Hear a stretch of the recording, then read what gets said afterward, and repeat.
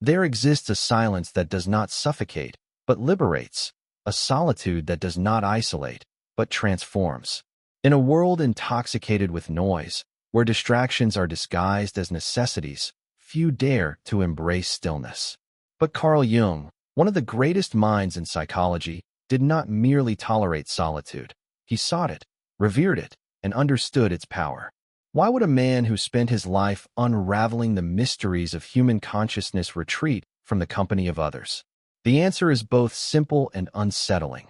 Solitude is not emptiness, but expansion. It is in isolation that the soul speaks the loudest, stripped of pretense, untouched by the expectations of the world. Jung believed that the deepest truths about ourselves are not found in the noise of society, but in the quiet corners of the mind where we fear to look. He saw solitude as a sacred portal, a space where the masks we wear for the world dissolve, and we come face to face with who we truly are. But this truth is uncomfortable, and most people avoid it. They fill every moment with conversation, entertainment, and digital distractions, terrified of what they might hear if the noise disappeared. But ask yourself, when was the last time you sat in complete stillness, without reaching for your phone, without seeking external validation? For many, such a moment is unbearable. Yet, Jung knew that avoiding solitude does not protect us from discomfort. It only delays an inevitable reckoning. Stillness is not a void, it is a mirror. The moment external distractions fade, the inner world rushes in. Unresolved emotions, buried fears, forgotten dreams. This is why many equate solitude with loneliness, mistaking its discomfort for emptiness. But Jung saw it differently. He recognized solitude as a necessary confrontation, an inward journey into the depths of the psyche. He withdrew to his lakeside retreat, not to escape the world, but to reconnect with himself. In that quiet refuge, he sculpted, wrote, and explored the vast landscapes of his unconscious. He understood what most people overlook. Solitude is not a lack of connection, but a deeper communion with the self. But why, then, does solitude frighten so many? Because it exposes what we spend our lives running from. The ego, accustomed to validation, resists the silence where illusions unravel. In today's hyper-connected world, we are conditioned to engage outwardly. Endless conversations, perpetual scrolling, constant stimulation.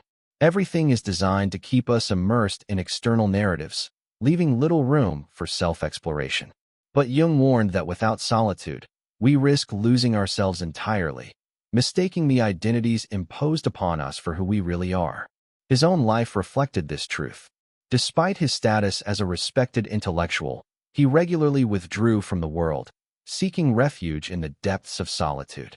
At his retreat, he was not the famous psychologist, not the thinker society expected him to be. He was simply himself. There, away from the noise, he listened to his mind, his dreams, the quiet whispers of the unconscious. He understood that the world encourages us to be everything except ourselves, and that solitude is the only space where we can reclaim our true nature. So, if solitude is the path to self-awareness, why do so few embrace it? Because self-discovery is not comfortable. It is unsettling, even painful. To sit in silence is to face the suppressed, to listen to the unspoken, to confront the truth we so carefully avoid.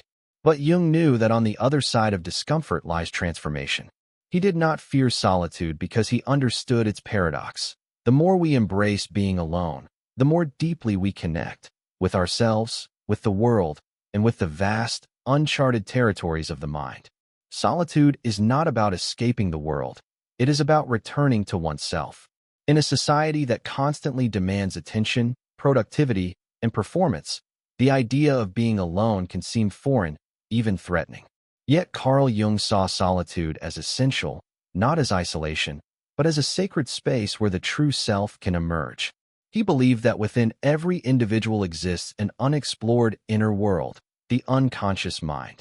This vast, hidden realm holds forgotten memories, unprocessed emotions, and deep-seated patterns that shape our lives, often without our awareness. But accessing this deeper self requires something increasingly rare in modern life: stillness. The constant noise of daily life, social obligations, media, and the pressure to conform keeps us distracted. It keeps us engaged with the surface of things, preventing us from looking inward. But solitude peels away these layers of conditioning. It strips us of external identities, forcing us to confront the unfiltered reality of our inner world.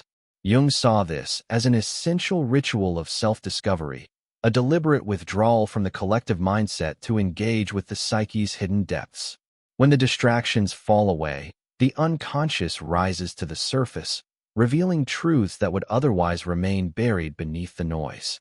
Throughout history, the greatest thinkers, artists, and visionaries have sought solitude, not out of loneliness, but because they understood that true insight is born in moments of undisturbed reflection. Leonardo da Vinci retreated into his notebooks, filling pages with ideas that would change the course of history. Nikola Tesla spent hours in deep thought, forming inventions in his mind before ever building them. Virginia Woolf, Henry David Thoreau, and countless other writers withdrew from the world to translate their inner experiences into timeless works. Jung himself used solitude as a tool for psychological exploration, recording his dreams, visions, and dialogues with his unconscious in what later became the Red Book, a raw and deeply personal record of his inner journey. Yet, solitude is not always gentle. When external distractions disappear, the self is left to confront what it has long ignored: old wounds, suppressed fears, hidden insecurities. This is why solitude can be unsettling, even painful. It forces us to meet the parts of ourselves we would rather avoid. But Jung believed this confrontation was necessary. Without it, we remain strangers to ourselves, trapped in the illusion of the persona, the mask we wear to function in society.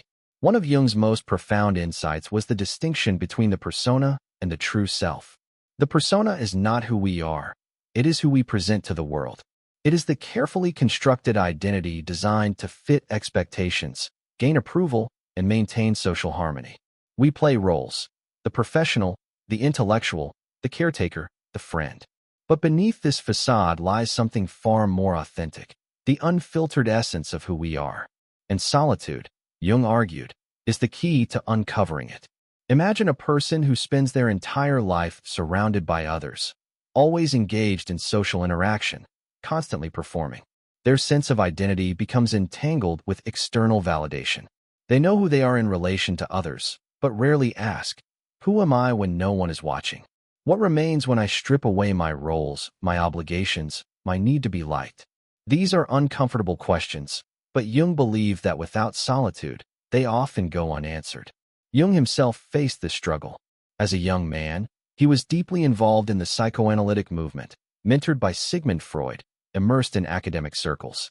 But as his own ideas evolved, he felt increasingly constrained by the expectations placed upon him. Breaking away from Freud and the psychological establishment was not just an intellectual decision. It was a deeply personal act of individuation, a reclaiming of his own truth. To do this, he needed solitude. He withdrew from public life, retreating into deep reflection, engaging with his unconscious, and documenting his inner experiences. This period of isolation was not an escape. It was a necessary process of becoming his true self. But solitude does not only reveal who we are, it also reveals who we are not. When we are alone, we begin to see the artificial layers of our identity, the ambitions that were never truly ours, the beliefs shaped by social pressure rather than personal conviction, the dreams we inherited rather than created. The businessman who realizes his success was driven by societal expectation rather than passion. The artist who sees that their work has been shaped more by trends than by inner vision. The person who suddenly understands that the life they have built is not the one they truly desire. These revelations can be unsettling, even painful, but they are also liberating. Once we recognize the false self, we can begin the process of returning to something real. Jung's message is clear. Solitude is not an absence, but a presence, the presence of the self. It is in these moments of stillness that we awaken to who we truly are, beyond the noise, beyond the masks. And perhaps the greatest transformation of all is realizing that we were never lost, only distracted from what was within us all along. If solitude holds such immense power, why do so many resist it? The answer is simple. Transformation is uncomfortable. Carl Jung believed that the journey toward becoming one's true self, what he called individuation, demands a confrontation with the unconscious. And this is not an easy task. To sit in solitude is to meet the parts of ourselves we have long avoided, the fears we suppress, the regrets we refuse to acknowledge, the desires we push aside. It is no surprise that people fill their lives with distractions, surrounding themselves with constant noise to avoid this confrontation. But within this discomfort lies something few dare to explore, the greatest opportunity for growth. Solitude can be understood as an alchemical process. In ancient alchemy, transformation required breaking a substance down before it could be purified and reborn. The same is true of the human psyche. When we remove ourselves from external distractions, our conditioned identities, beliefs, and automatic behaviors begin to dissolve. This dissolution may feel like disorientation at first. Without the familiar roles to define us, who are we? But this breakdown is necessary, for from it, something new emerges. The person who enters solitude is never the same as the one who leaves it. Jung himself embodied this truth. His retreat to Bingen Tower was not an escape, but a deliberate act of self-exploration. In this sanctuary, he engaged in deep introspection, carved inscriptions into stone, recorded his dreams, and let his unconscious guide him. He understood that solitude is not passive. It is active, a sacred space where transformation takes place. Yet, embracing solitude does not require retreating into the wilderness or abandoning society. It can be found in the quiet moments of life. Early morning reflections, time spent journaling, solitary walks free from distractions. The key is intention. Solitude must be embraced consciously, with openness, rather than avoided out of fear. So ask yourself, when was the last time you were truly alone? Not just physically, but mentally and emotionally? When did you last sit in silence without escaping into distractions, without reaching for your phone, without filling the void with external noise? To be alone with oneself is to open the door to the unknown, to confront the depths of your own psyche.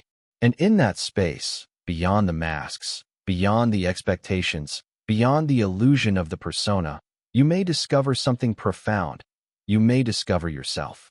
The journey to the true self. From the moment we are born, we are given an identity. We inherit a name, a role, and a set of expectations. Society shapes us through culture, family, and the silent pressure of belonging. And yet, beneath all of this conditioning, something remains untouched. The true self, the unfiltered essence of who we are. Carl Jung called the process of uncovering this self-individuation, and he believed it to be the most important task of a lifetime. Individuation is not about self-improvement. It is not about becoming a refined version of the person society wants you to be. It is about breaking free from the expectations imposed upon you and becoming whole, integrating every aspect of yourself, even the parts you have buried. This process is not easy. It demands that you step outside collective conditioning, that you detach from the roles you have played, and that you embrace solitude, not as isolation, but as an opportunity for self-discovery. Most people avoid this journey because it requires discomfort. It means acknowledging truths we have long ignored. It means standing apart from the crowd, questioning beliefs we once accepted without thought, and facing the reality of who we are beyond external validation. But the alternative is far worse, to live a life dictated by others, never knowing the depths of our own being. Jung understood that individuation is not a luxury, it is a necessity. Without it, we remain fragmented, caught in the illusion of the persona, mistaking our social identity for our true self. But those who dare to walk the path of solitude, who dare to look inward instead of outward for answers, will find something few ever do. They will find not just freedom, but wholeness. Carl Jung believed that most people never reach individuation, not because they lack the potential, but because they never stop to question the identities they have inherited. From childhood, we are handed a script, one we are expected to follow without deviation. We are given names, roles, and expectations that shape how we see ourselves. We learn which parts of us are acceptable and which must be hidden. Over time, we construct a persona, a carefully crafted mask that allows us to function in society. We play the roles assigned to us, seeking approval, adapting to the world around us, and conforming to what is expected. But beneath this mask, something else exists, something raw, unfiltered, and deeply real. And yet, most people suppress this inner self, afraid of what it might reveal. They bury their real desires, their contradictions, their fears, all in the name of belonging. The cost of this conformity is enormous. To deny the true self is to live in quiet suffering, haunted by a sense of incompleteness that no external success or validation can fill. It is why so many people feel restless and unfulfilled, even when they have achieved everything they were told would bring them happiness. They are not living as their whole selves. They are living as fragments of who they were meant to be. So how does one begin the journey of individuation? Jung's answer was simple yet profound. Turn inward. We must listen to the hidden voices within, the dreams, impulses, and emotions we have silenced. We must have the courage to step away from the collective, to walk alone, and to rediscover the parts of ourselves that have been buried under years of social conditioning. Solitude is not isolation. It is the sacred space where this transformation begins. The fear of removing the mask. The process of individuation is terrifying because it requires us to remove the mask we have worn for so long. And the moment we take it off, we expose ourselves, not just to the world, but to our own deepest truths. What if the person we have pretended to be is nothing like who we really are? What if we have spent years, even decades, building a life that does not align with our soul? These are the questions individuation forces us to face. They are not easy, but they are necessary. Jung warned that suppressing the true self does not make it disappear. Instead, it retreats into the unconscious, where it festers. The parts of us that we reject do not simply vanish. They manifest in other ways: anxiety, depression, inner conflict, a vague sense of dissatisfaction that never seems to go away. We become disconnected from ourselves, from life, and from any true sense of purpose. This is why so many people feel lost, as though they are merely existing rather than truly living. They have spent so long shaping themselves to fit external expectations that they no longer know who they are beneath it all. But the alternative, choosing individuation, requires great courage. It means being willing to disappoint others, to challenge societal norms, and to step into the unknown. It requires embracing the full spectrum of who we are, not just the parts that are easy to accept, but also the shadow, the fears, the desires we have long ignored. Individuation is not self-improvement in the conventional sense. It is not about becoming a better version of the socially acceptable self. It is about becoming whole. And wholeness means integrating everything, light and dark, known and unknown, accepted and repressed. Why solitude is the gateway to self-discovery. Jung understood that individuation cannot happen in the presence of constant noise. As long as we are surrounded by others, we are performing, adjusting, and responding to external stimuli. The world demands roles of us: parent, worker, friend, leader. But in solitude, there is no one to perform for. There is only the self. And in that quiet, we are finally able to hear what has been buried beneath the noise. Jung himself withdrew to Bingen Tower, not to escape society, but to reconnect with himself. In his retreat, he did not merely reflect. He engaged deeply with his unconscious, recording his dreams, sculpting, writing, and exploring his inner world. This was not isolation in the ordinary sense. It was deliberate transformation. He knew that without solitude, the unconscious remains hidden beneath the distractions of daily life. Individuation is not the path of the many. Does not require a mountain retreat or complete withdrawal from society. The ones willing to look beyond the illusion of everyday life and into the depths moments of reflection in the morning. It is not about becoming journaling, silent. It is about remembering who you have always been. The key is intentioning. Solitude must be approached as a conscious without questioning the self, a sacred space where the true self can emerge. But to embrace the journey inward, solitude, to seek solitude, uncomfortable, to listen to the moment distractions fade.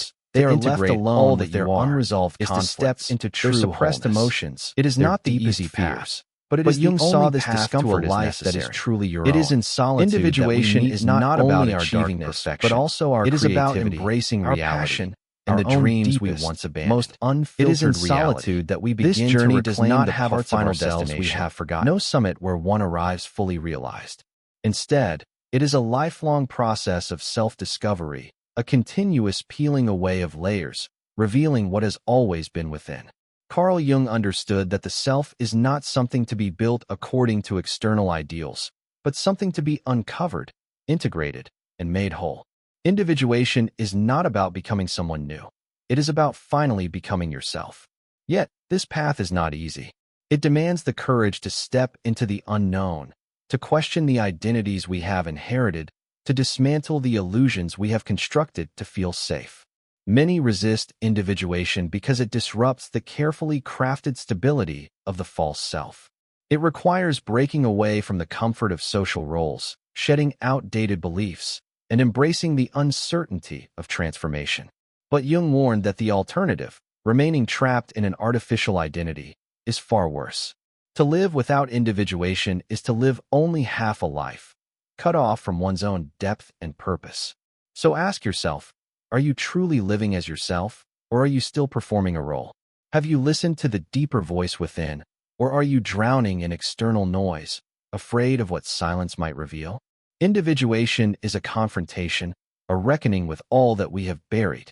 And within that buried self, hidden beneath layers of adaptation and expectation, lies something many fear to face, the shadow. The shadow, what we refuse to see. The shadow is the part of us that we pretend does not exist, the aspects of our personality we have been taught to hide. It is the anger we suppress, the jealousy we deny, the desires we feel ashamed of. It is the capacity for cruelty, for selfishness, for destruction. From childhood, we learn which emotions are acceptable and which must be concealed. We are rewarded for kindness, obedience, and compliance, while our defiance, aggression, and vulnerability are punished.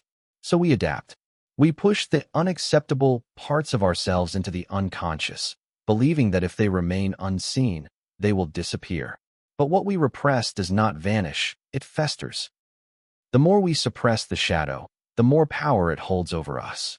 It leaks out in sudden outbursts of anger, in moments of irrational fear, in self-sabotage, in the judgments we cast upon others. We see in the world what we refuse to acknowledge in ourselves. The traits we condemn in others are often reflections of what we have disowned within. This is projection, one of the unconscious mind's most subtle and deceptive defenses. We reject what we cannot accept in ourselves, only to see it mirrored in the outside world. This is why solitude is terrifying for so many. When the distractions of life fall away, we are left alone with our unfiltered self. The unresolved wounds, the hidden fears, the suppressed emotions, they all surface. Without the noise of daily life to drown them out, we are forced to confront what we have long ignored. But Jung did not see this as something to be feared. He saw it as the gateway to true self-awareness. Individuation is not about eradicating the shadow, it is about integrating it. It is about recognizing that we are neither purely good nor purely bad, but complex, layered beings with both light and darkness within us. True freedom comes not from denial, but from acceptance. The power of integration.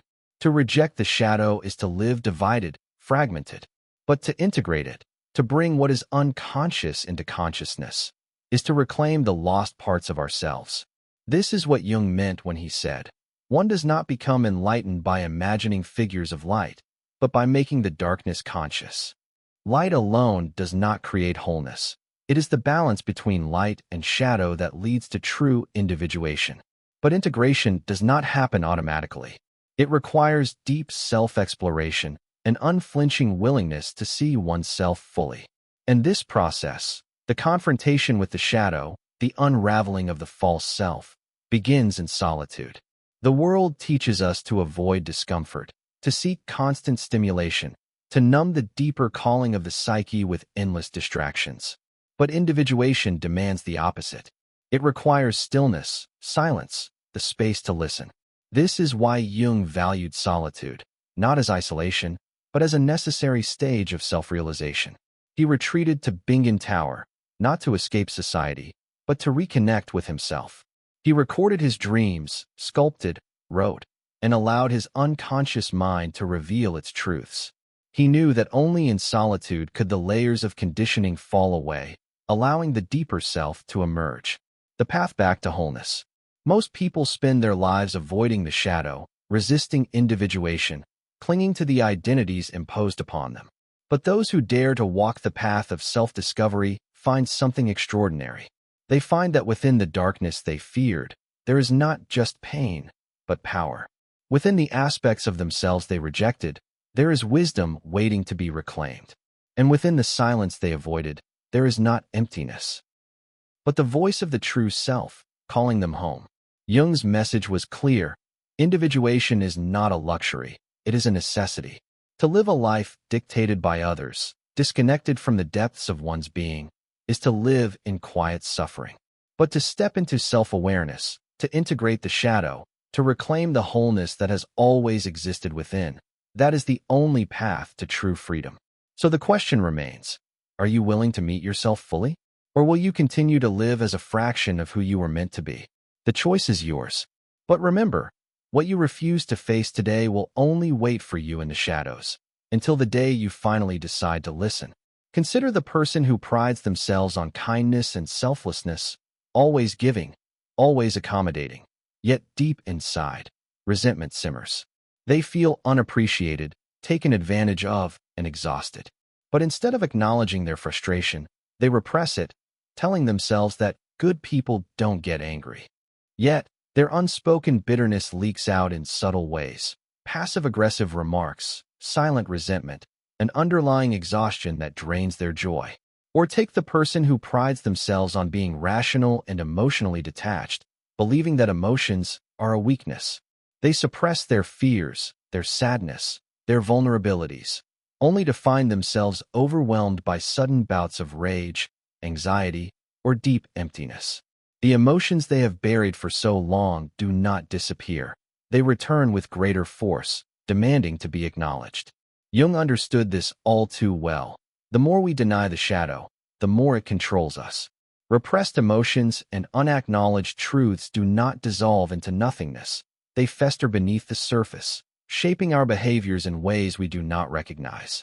But to face the shadow requires something that few are willing to do: deep, honest introspection. It requires solitude because, in solitude, there is no one left to blame, no distractions to hide behind. There is only you and the truths you have been avoiding. The mirror of the self. Why is solitude so essential for confronting the shadow? Because in the presence of others, we are always performing. We wear masks, filtering our words and emotions to align with social expectations. We suppress, we conform, we play the roles expected of us. But in solitude, the mask falls away. There is no audience, no one to impress, no social script to follow. There is only raw, unfiltered truth. Jung himself sought solitude for this very reason. His work on the Red Book was a deeply personal journey into the unconscious, an exploration of his own psyche where he recorded visions, dialogues with archetypal figures, and encounters with his own shadow. He understood that true self-awareness does not come from external validation, but from the willingness to descend into the depths of one's own mind. This is where shadow work begins. The process of integrating the unconscious into conscious awareness. It requires asking the difficult questions. What emotions do I suppress, and why? What qualities in others trigger me, and what do they reveal about myself? In what ways do I deceive myself to avoid facing uncomfortable truths?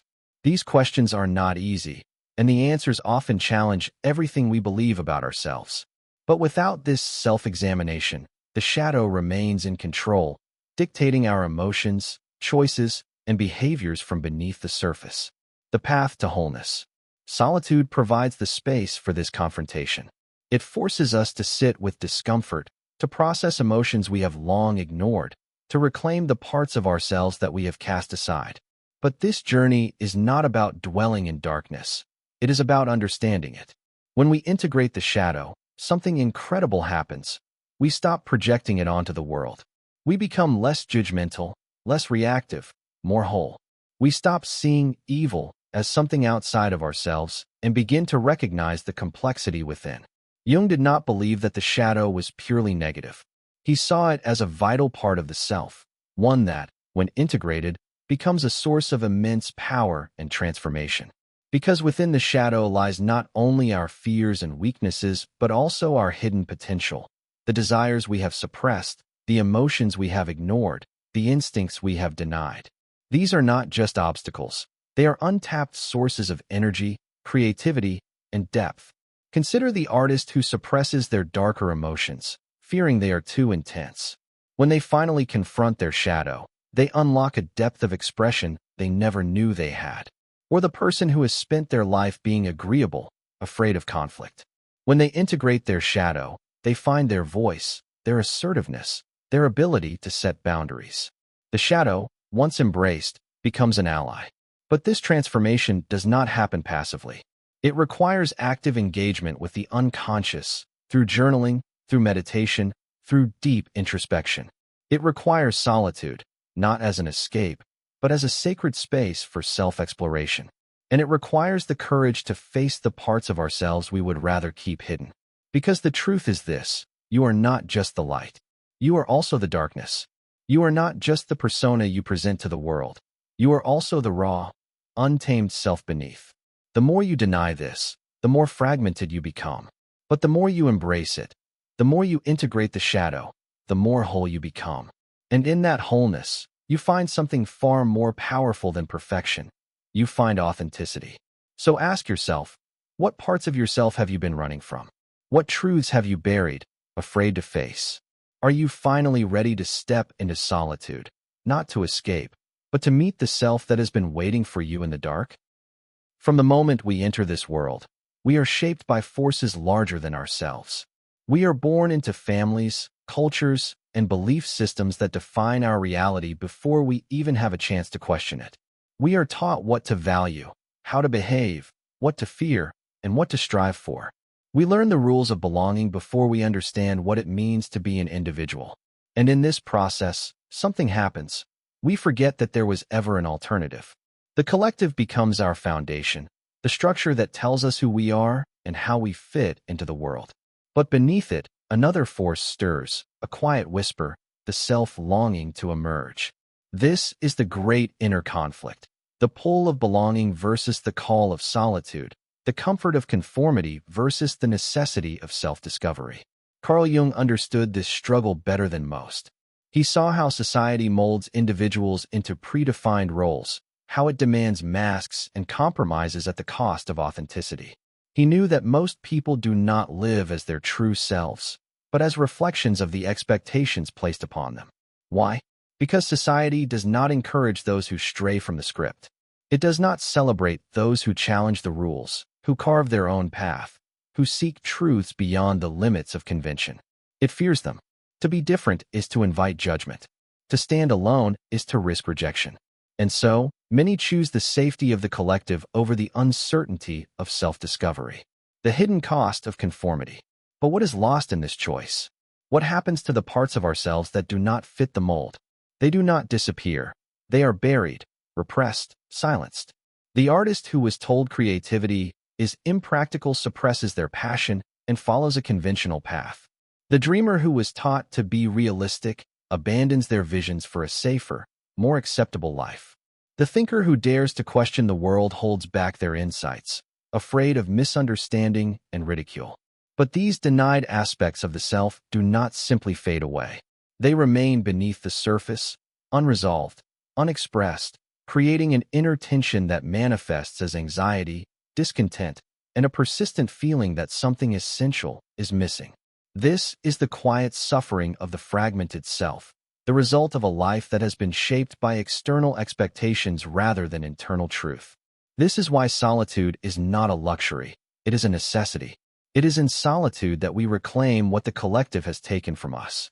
Jung believed that individuation, the process of becoming a whole, authentic being, requires a conscious withdrawal from the collective.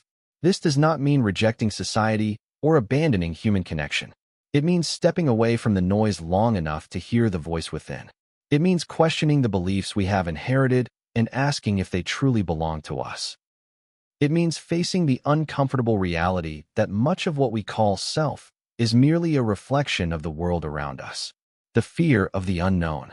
But stepping away from the collective is not easy. It means entering a space without guarantees, without validation, without the familiar comforts of belonging. It is a lonely road, and few are willing to take it. Yet those who do, those who embrace solitude as a path to self-discovery, find something invaluable. They find the parts of themselves they thought were lost.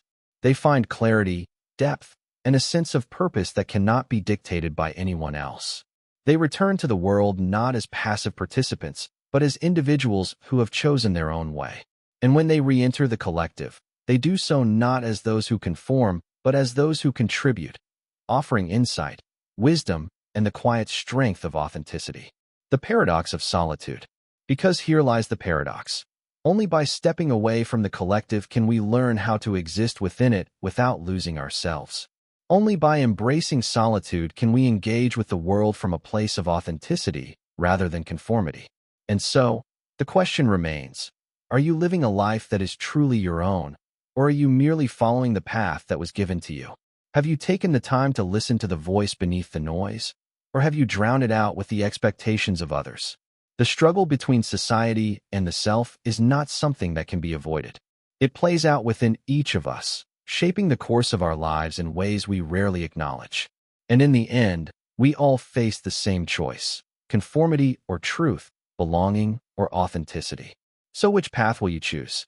There comes a moment in solitude when something shifts. At first, there is resistance, the weight of silence, the discomfort of your own thoughts pressing in. The mind, accustomed to constant noise, craves distraction. It reaches for the familiar rhythm of routine, for the validation of others, for anything that can fill the stillness. But if you remain there long enough, if you resist the urge to escape, something remarkable happens. The restlessness fades, the discomfort dissolves, and in its place, a new awareness emerges. You begin to see yourself with a clarity that was once impossible. The layers of conditioning, the expectations, the voices of others, all of it starts to dissolve. And beneath it, something deeper, something more real, begins to surface. Carl Jung believed that solitude was not just an escape from the world, but a gateway to transformation. He saw it as a space where the soul undergoes a kind of alchemy, where the fragmented self is melted down and reshaped into something whole. In solitude, the unconscious speaks in ways it never could in the presence of others. Dreams become more vivid, old memories resurface, emotions long buried demand to be felt. And if you listen, if you truly surrender to this process, you realize solitude is not empty. It is full of insights waiting to be uncovered, full of truths waiting to be realized. The deepest work of the soul happens not in the noise of the world, but in the quiet sanctuary of the self. The breaking point of transformation. But this transformation does not come easily. It cannot be forced, nor can it be controlled. You might enter solitude expecting peace, only to be confronted with pain you have ignored for years. You might seek clarity, only to be met with confusion. This is the paradox of true inner work. It does not follow a straight path. Like the alchemists who sought to turn lead into gold, the process is unpredictable, requiring patience, surrender, and an unshakable willingness to face whatever arises. And yet, something begins to change. The parts of yourself that once felt scattered start to integrate. The wounds you thought would never heal begin to close. The emotions you feared begin to loosen their grip. And in their place, a quiet strength takes root, one that is not dependent on approval, one that does not seek validation. Jung often spoke of individuation, the lifelong journey of becoming one's true self, as a process of inner unification. And solitude is where this process begins. In the stillness, you come to recognize not only your light, but also your darkness. You begin to embrace the contradictions within you, understanding that they are not weaknesses, but necessary pieces of who you are. You learn that the parts of yourself you once rejected, your fears, your doubts, your unspoken desires, are not barriers, but guides. They point the way toward wholeness. And as you integrate them, you emerge from solitude not as someone who has escaped the world, but as someone who is finally ready to exist within it, fully and authentically. The gift of true freedom. The transformation that takes place in solitude is not meant to keep you isolated. It is meant to prepare you for the world in a new way. Because once you have faced yourself, once you have seen what lies beneath the surface, you are no longer bound by external forces. The opinions of others lose their hold. The You move through life differently, not seeking meaning from the outside, but carrying it within you. The emptiness you once felt, the feeling that something was missing, begins to disappear.